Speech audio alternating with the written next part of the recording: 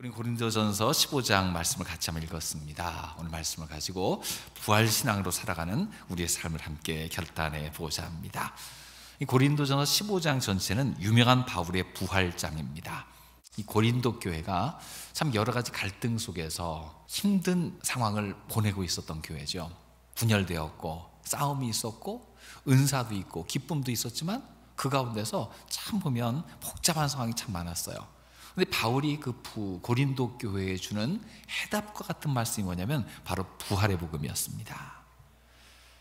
부활을 강력하게 증언할 때에 그 교회가 회복되고 살아날 것을 알고 있었어요. 성경 전체에 여러 남백상의 문제가 있을 때 하나님께 주시는 가장 중요한 메시지이자 선물이 예수님의 부활이었습니다. 성경 전체를 보면 예수님의 부활에 대해서는요 증명하려고 하진 않습니다. 왜 그렇습니까? 이미 일어난 사실에 대해서는 증명할 필요가 없습니다. 선포하면 되는 거죠. 예수님은 죽음의 권세를 이기시고 다시 살아나신 줄 믿으시길 주의 이름으로 축원합니다. 뭔가 불분명한 것은요 이야기도 많고 이론도 많기 때문에 설득하고 납득시키려고 노력을 합니다. 하지만 분명한 사실에 대해서는요 말이 필요 없습니다. 내가 그걸 직접 봤어, 체험했어, 그 증거가 바로 나야 라고 얘기하면 더 이상 말할 게 없는 겁니다. 사실은 애써 말하지 않지만 그 분명한 사실은 강력한 외침이 됩니다. 증거도 설명도 필요 없고 믿거나 믿지 않거나 알거나 모르거나 상관없이 사실은 사실일 뿐이죠. 예수님께서 죽음 권세 이기시고 살아나신 사실은 역사상 유일한 분명한 근거 위에 기초한 진리임을 믿으시길 주의 이름으로 축원합니다. 우리의 신앙은 바로 이 사실 위에 기초해 있습니다.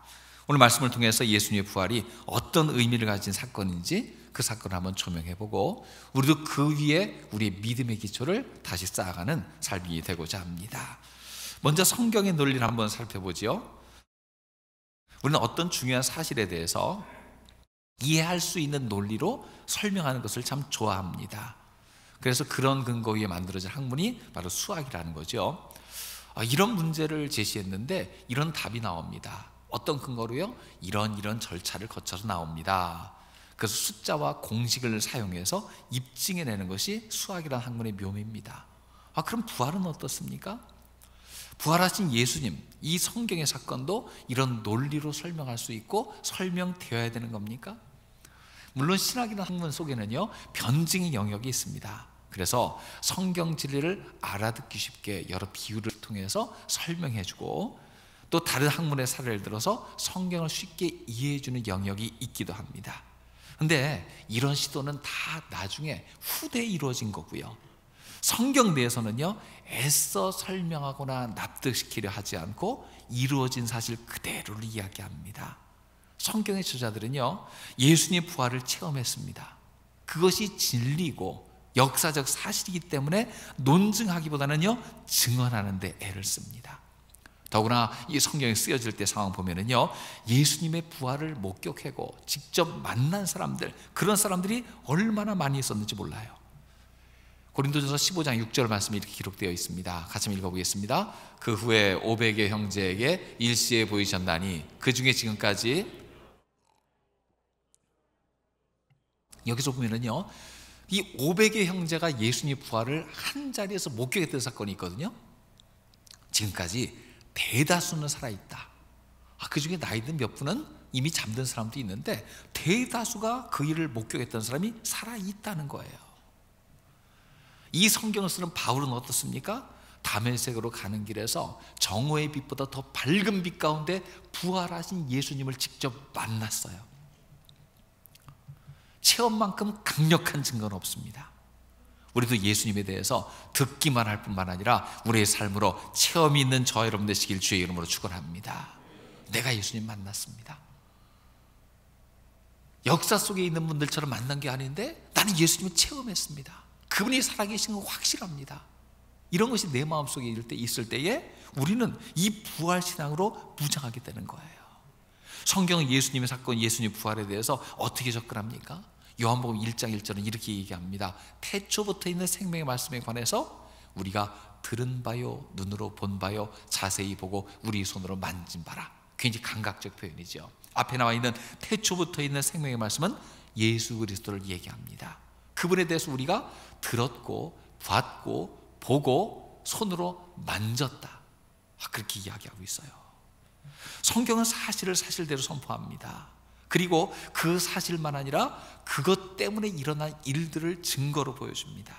그 예수님, 부활하신 예수님 만난 베드로는 용기 있고 담대하게 설교하는 용맹스러운 설교자가 됩니다. 과거의 베드로가 아니에요. 겉으로는 용기 있고 뒤로는 겁이 있어서 도망가는 베드로가 아니었습니다.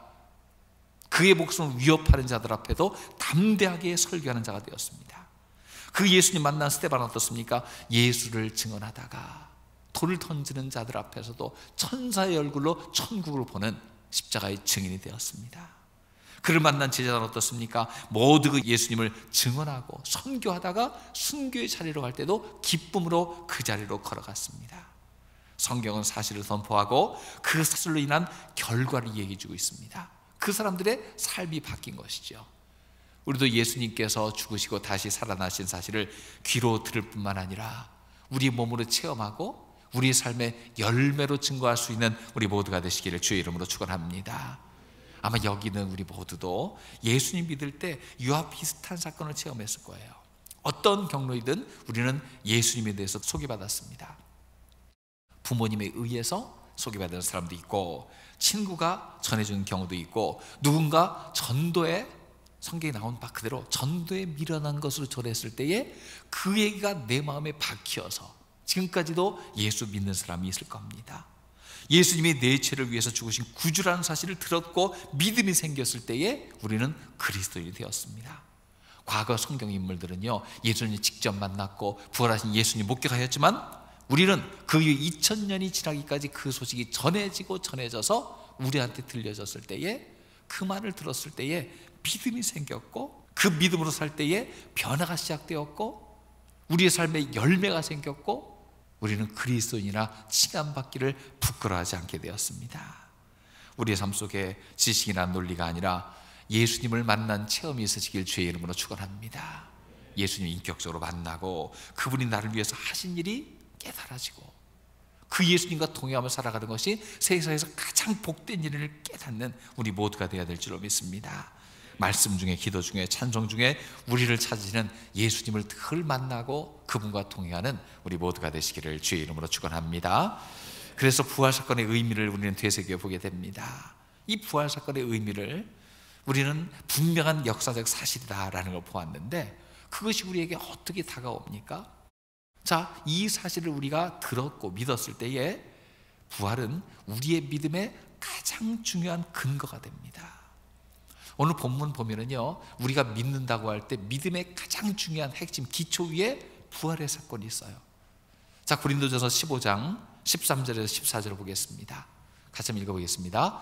만일 죽은 자의 부활이 없으면 그리스도도 다시 살아나지 못하셨으리라. 그리스도께서 만일 다시 살아나지 못하셨으면 우리가 전파하는 것도 헛것이요 또 너희 믿음도 헛것이며.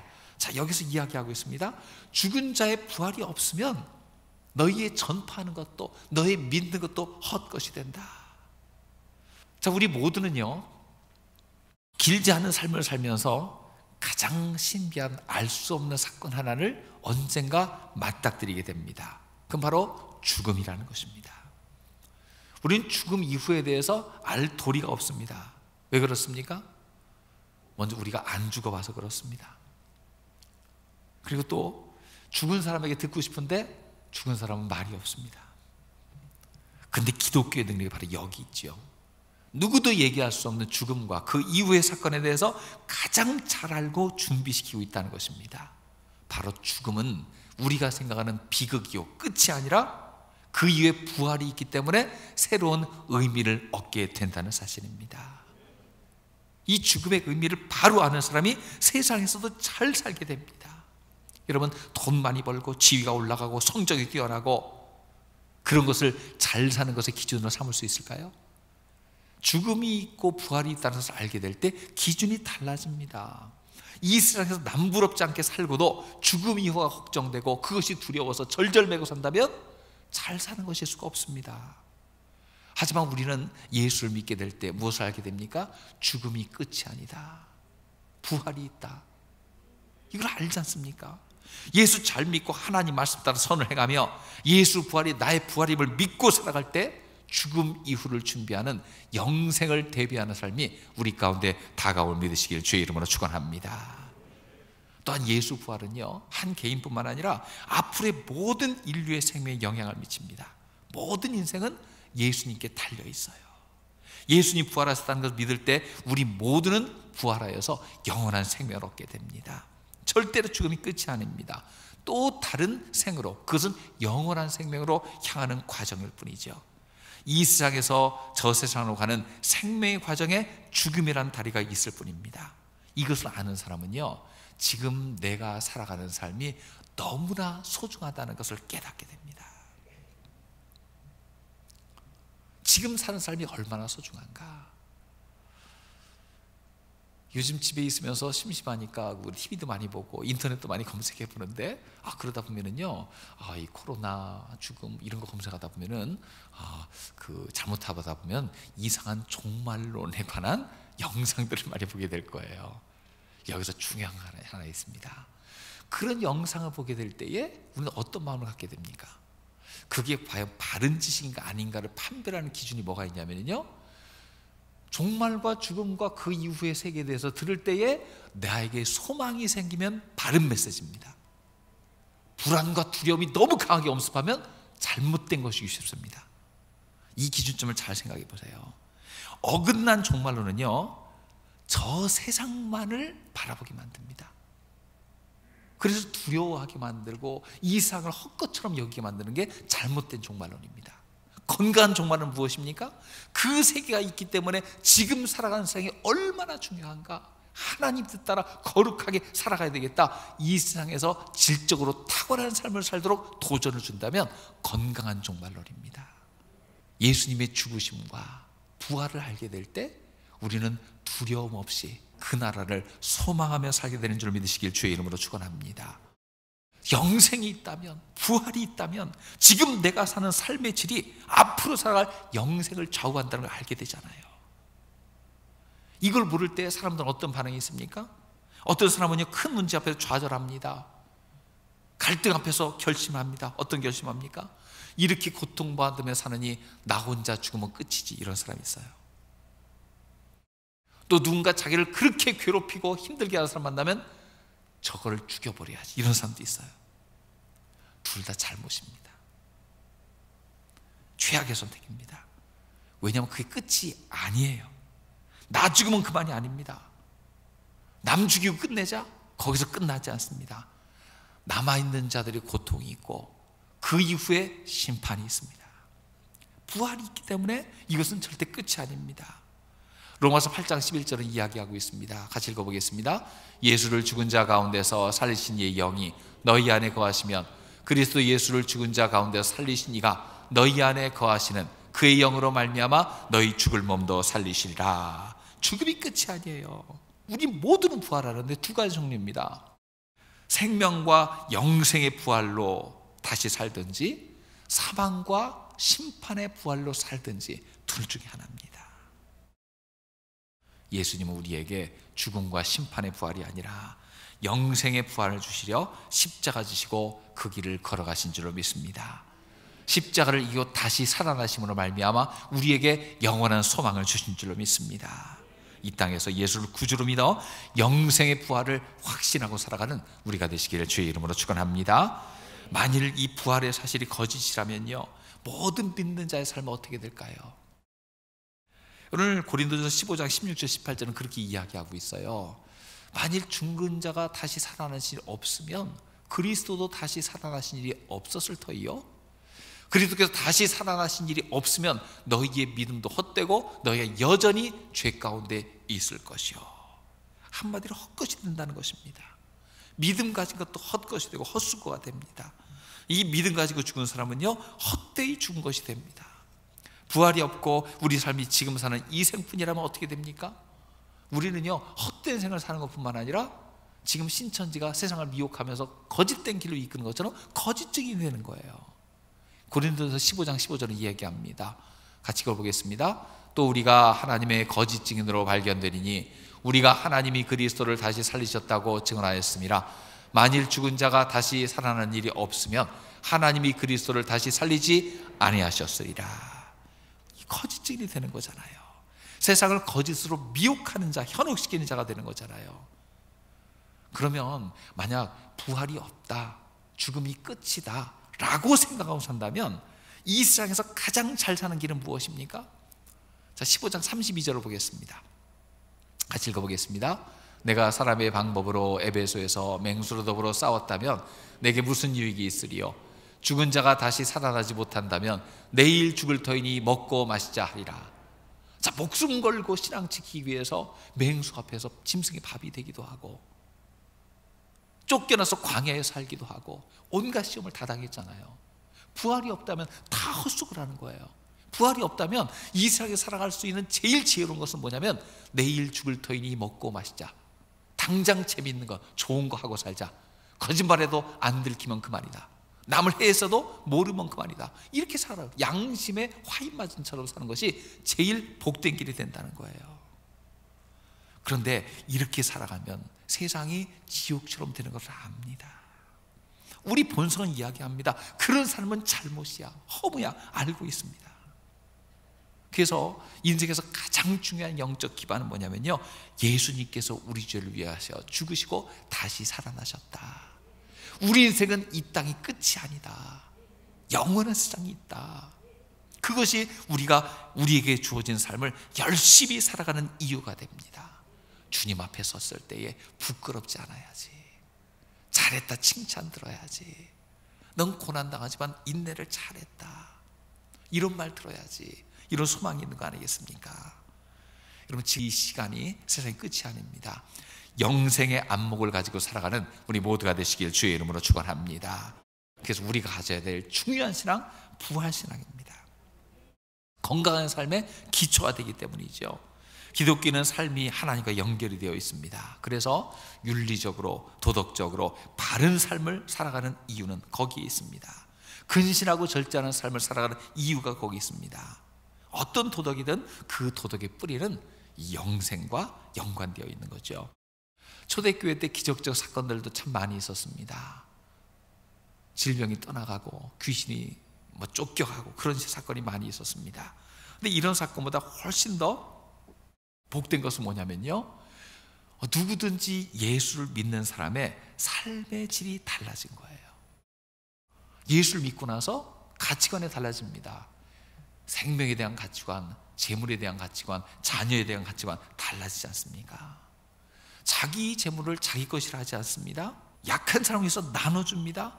그런 삶의 실천이 있었어요. 가난한 자를 돌보고 서로 사랑합니다. 이런 삶이 어디서 왔습니까? 베드로가 윤리와 도덕을 잘 가르쳐서 그렇습니까? 아니, 요한이 법을 만들고 징계해서 그렇습니까? 아닙니다. 이런 사실의 그 기초는 어디 있냐면 예수님이 곧 다시 오신다, 영생을 주신다, 우리에게는 이 생의 삶뿐만 아니라 영생이 있다, 이 땅에 살아가는 삶이 영생의 삶을 좌우한다는 걸 알기 때문입니다.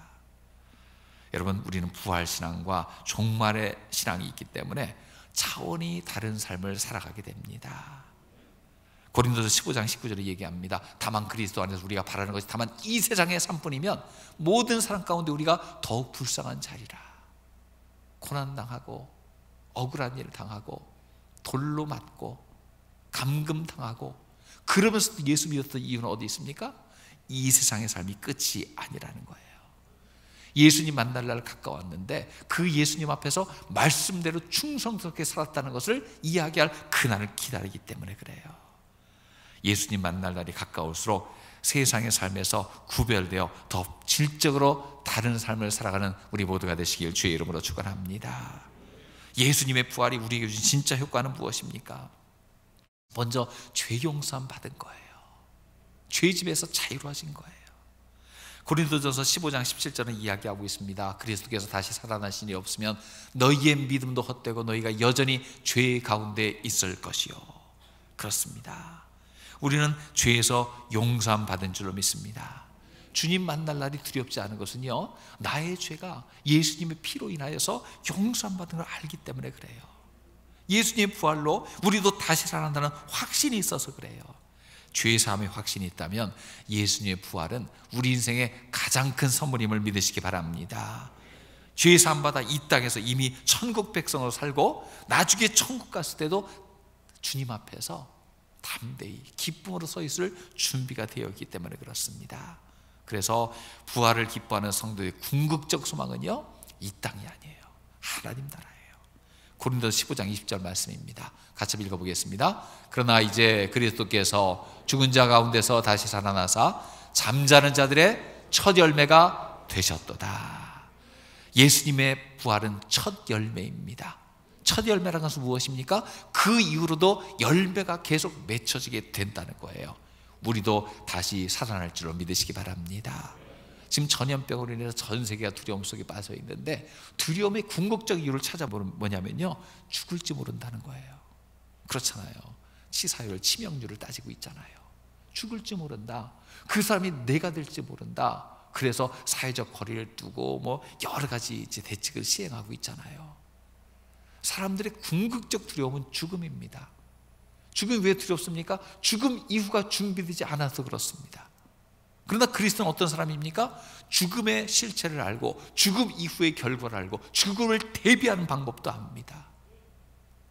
그리고 우리에게는요, 첫 열매 되신 예수님이 계십니다. 예수님이 죽음을 이기고 다시 살아나는 줄을 믿으시기 바랍니다. 그 다음 열매된 우리도 죽음이 끝이 아니하고 다시 살아나는 역사가 분명히 일어날 줄을 믿습니다. 오늘 부활절이 바로 이것을 우리에게 강력하게 변증해주는 놀라운 은혜의 주일입니다. 그래서 무려 한 5주간 동안이나 이제 온라인 중심 예배로 교회를 잠시 비워두었지만, 부활절만큼은 그래도 모일 수 있는 분은 모여서 예배드려야 되겠다 생각했어요. 물론 많이 모이지 못했지만 가정에서 예배드리는 분들도 꼭 가져야 될 메시지가 무엇입니까? 예수님이 나를 위해 죽으시고 다시 살아나셨다는 사실입니다. 이 자리에 올 때 무엇을 기대하고 오셨습니까? 오늘 부활절인데 오늘 달걀 몇 개 줄래나 뭐 그런 기대하고 오셨습니까? 안 만들었어요. 왜냐하면 이걸 하기 위해 사고 또 오가고 또 와서 삶고 만들고 하면서 지나친 접촉이 있어서 안 되겠다. 그리고 또 하나가 그 모니터를 받아봤어요. 양계 농가가 이때가 대목인데 우리가 계란 안 사주면 힘들 텐데 그랬어요. 근데 하는 말이 뭐냐면 지금 계란값이 비싸대요, 이미. 왜냐면 다들 집콕하느라고 반찬이 없어서 계란들을 많이 사 먹는데요. 계란값이 상당히 높다고 해서 양계 농가에게 우리가 계란을 안 사줘도 충분히 도움이 되겠구나. 그래서 이번에 생략했습니다. 그리고는 부활절 헌금 드린 거 또 이거 모아가지고요, 지금 이것 때문에 힘들어하고 있는 작은 교회가 많아요. 거기에 우리 후원하는 데 쓸 겁니다. 하나님께서 이미 죽음을 준비하고 있는 우리를 통해서 이 세상을 새롭게 하는데 넉넉하게 사용하실 줄로 믿습니다. 저 좋은 천국 하나님 예비하시고 분명히 있다면요, 우리 이 땅의 고난을 참을 수 있고 우리가 이 땅에 있을 때에 어떤 사명 가지고 살아야 되는가를 늘 기억하며 그 사명 따라 살아야 될 줄로 믿습니다. 이미 우리 마음에 최종 목적지 천국이 있지 않습니까? 그래서 우리가 살아가는 세상을 그 천국의 모습과 가까이 되도록 열심히 섬기며 또 그 천국 복음을 전파하며 살아가는 것이 우리의 사명인 줄로 믿습니다. 그리스도의 모습은요, 세상에 찌들거나 억울한 모습이면 안 됩니다. 이미 천국을 소유하고 사는 사람이고 우리의 사는 모습을 통해서 하나님 나라가 어떤 모습인지 궁금하게 만들어야 될 줄로 믿습니다. 죄 용서와 구원의 기쁨으로 천국의 대사가 되어서 이 부활의 복음을 전하며 주님 다시 오실 날을 예비하는 우리 모두가 되시기를 주의 이름으로 축원합니다.